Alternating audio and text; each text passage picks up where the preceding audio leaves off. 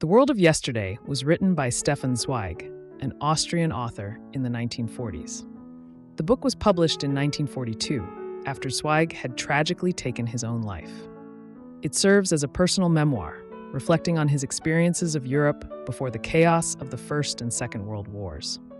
Zweig, a celebrated writer known for his biographies, short stories, and novels, writes about his life in a way that captures the feeling of a world that was lost forever, providing a deeply emotional and nostalgic account of the European past. The book is often seen as a powerful tribute to a time and place that were destroyed by war and political upheaval. In The World of Yesterday, Zweig takes readers on a journey through his own life and the cultural atmosphere of pre-World War I Europe. He begins by recalling his childhood in Vienna, where he grew up in a wealthy Jewish family, enjoying the privileges of a comfortable life. He describes the city as being full of intellectual and cultural life, with vibrant music, literature, and art. Vienna in particular was known for its famous coffee houses, where writers, philosophers, and artists would gather and exchange ideas. For Zweig, these moments were full of promise, and he paints a picture of a world that seemed stable and rich with possibilities. He writes of his early years in Vienna with great fondness, emphasizing the open-mindedness of the time and the freedom that intellectuals had in those coffee houses. These places were not just cafes, but centers of innovation, where different ideas were exchanged freely. They were like hubs of creativity, inspiring people to think beyond borders and explore new ways of seeing the world. This cosmopolitan spirit was what defined Vienna for Zweig. The city felt alive, full of promise and opportunity, as if anything was possible in this golden age of culture. The author then reflects on his youth, noting how his generation was shaped by the optimism and intellectual excitement of the early 20th century. He describes how, as a young man, he was surrounded by the best minds of Europe, from artists to political figures. He felt a sense of belonging to a cosmopolitan European culture, one that transcended borders. His travels, especially to places like Paris, London, and Berlin, filled him with a sense of unity and shared culture across Europe. These experiences led him to believe that Europe was a place of peace and progress, one where people would continue to develop together toward a better future. During this time, Zweig was very much part of the intellectual and cultural elite, traveling through Europe to meet famous figures and experience the greatest works of art and literature.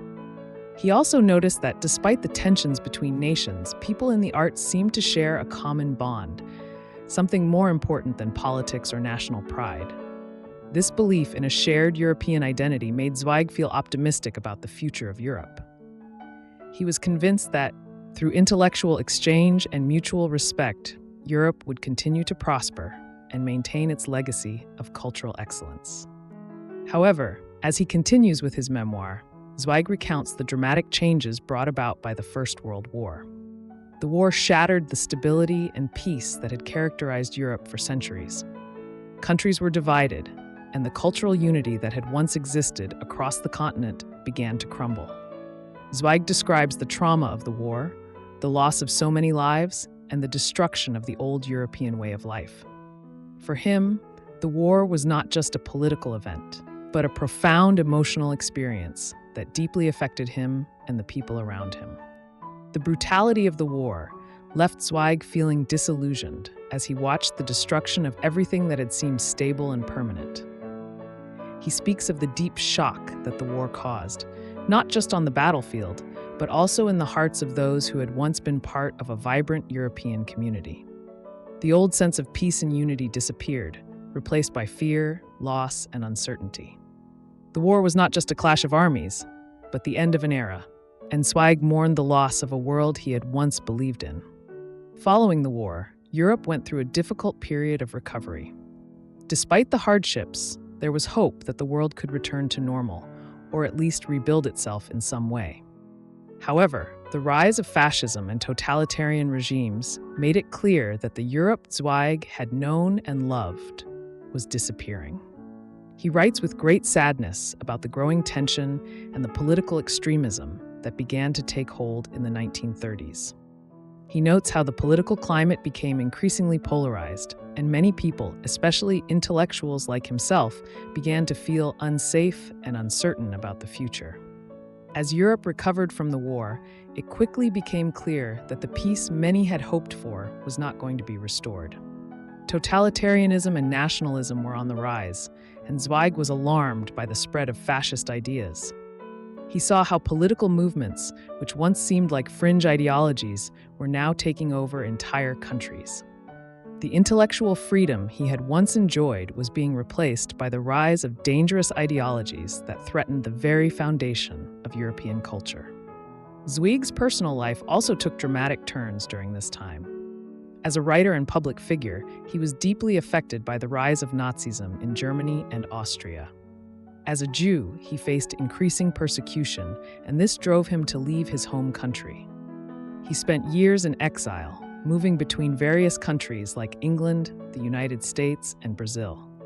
Throughout this period, Zweig's sense of loss deepened as he realized that the world he had once known, full of cultural richness and intellectual exchange, was disappearing. The rise of the Nazi regime, in particular, devastated Zweig. He saw his homeland, once a beacon of intellectual life, fall into the hands of oppressive forces. As the situation grew more dangerous, Zweig found himself in exile, moving from country to country, unable to find a place that felt like home. His sense of displacement was overwhelming, and he came to realize that the world of his youth had been permanently destroyed.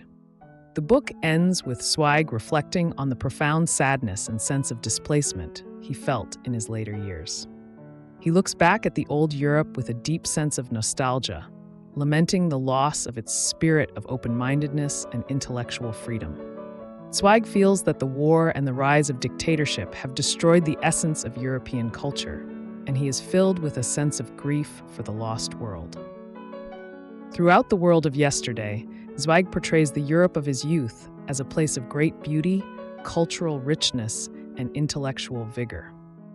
His account is filled with love and admiration for the world that was lost, but it is also filled with sadness and regret. The book is a powerful tribute to a Europe that no longer exists, and it serves as a poignant reminder of the fragile nature of peace and civilization. Zweig's memoir is not just a personal story, but a testament to the fate of an entire generation of Europeans who witnessed the destruction of their way of life. His writing expresses a deep sense of disillusionment, but also a recognition of the enduring power of culture and intellectual life, even in the face of catastrophe. The world of yesterday is, in the end, a reflection on the fragility of the world and the difficulty of coming to terms with its loss.